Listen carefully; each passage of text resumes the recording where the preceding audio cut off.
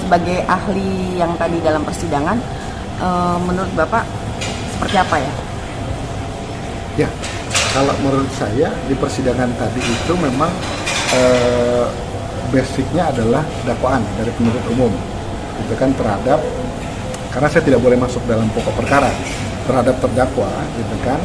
Nah, di sana beberapa pasal kaitan dengan illegal access di pasal 32 Undang-Undang ITE maupun pasal 30 Undang-Undang ITE yang dijuntukan ke pasal, kalau nggak salah pasal 55 di sana.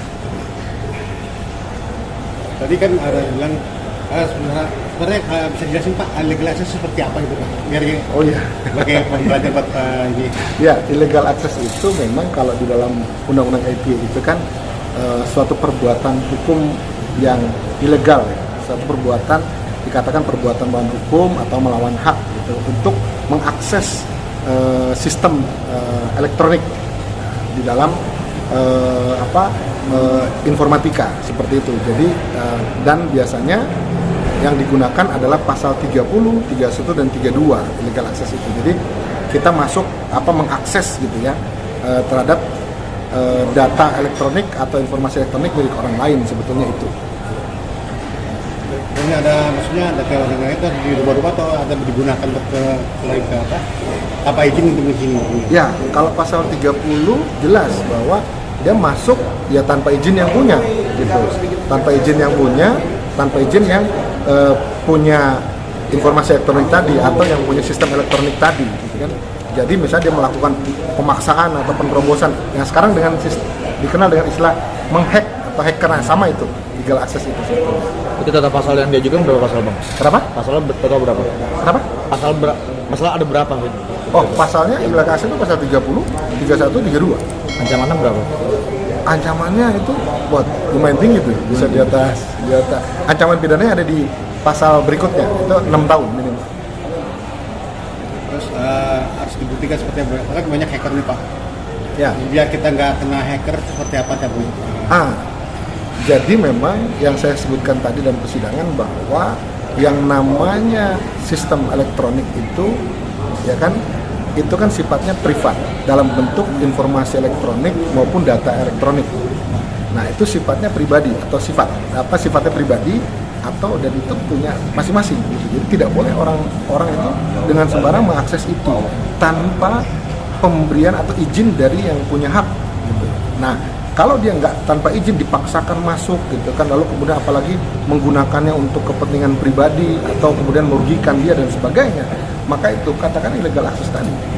Bang, kalau misalkan akun kita kan sudah dihapus sama Kemenko, lalu saya punya akun ngebuka kembali nyuruh orang, itu gimana Bang? Nah, tadi saya jelaskan persidangan bahwa memang akun itu kan milik pribadi seseorang, gitu ya, milik dia. Jadi dia yang punya kewenangan untuk mengizinkan boleh atau tidaknya. Dan menurut saya sah-sah aja kalau misalnya ada orang yang minta tolong bukakan akun saya, tolong lihat ini saya, itu nggak ada masalah menurut saya. Dia pun hanya mengubah passwordnya itu berarti nggak termasuk illegal access berarti Bang? Kalau mengubah password, dari jadi gini. Kalau illegal access itu tidak bisa dipandang satu perbuatan saja, tapi rangkaian perbuatan. Contoh misalnya begini, kalau menyuruhnya tolong dong rubah password saya, lalu kemudian dirubah passwordnya, tapi tidak ada bukti-bukti atau komunikasi yang dihapus atau tidak ada sesuatu yang menghalangi proses due process of law tadi. Menurut saya merubah password itu tinggal tanya aja password yang barunya apa, ganti, selesai sebetulnya. Tidak perlu repot-repot persidangan gitu. Dan itu bisa dibuka ya Bang? Dan itu bisa dibuka. Nah kan di situ bisa dicek apakah kemudian merubah tidak. Ya kan? Nah kalau misalnya ada perubahan dan ada indikasi menghilangkan dokumen-dokumen yang menjadi bukti dalam due process of law tadi, itu melanggar. Itu illegal access. Tetapi kalau merubah password saja, kayaknya terlalu naif kalau dibilang itu illegal access menurut saya. Gitu. Berarti bisa dibilang ini naik gitu Bang? Mungkin bisa dibilang gitu Bang?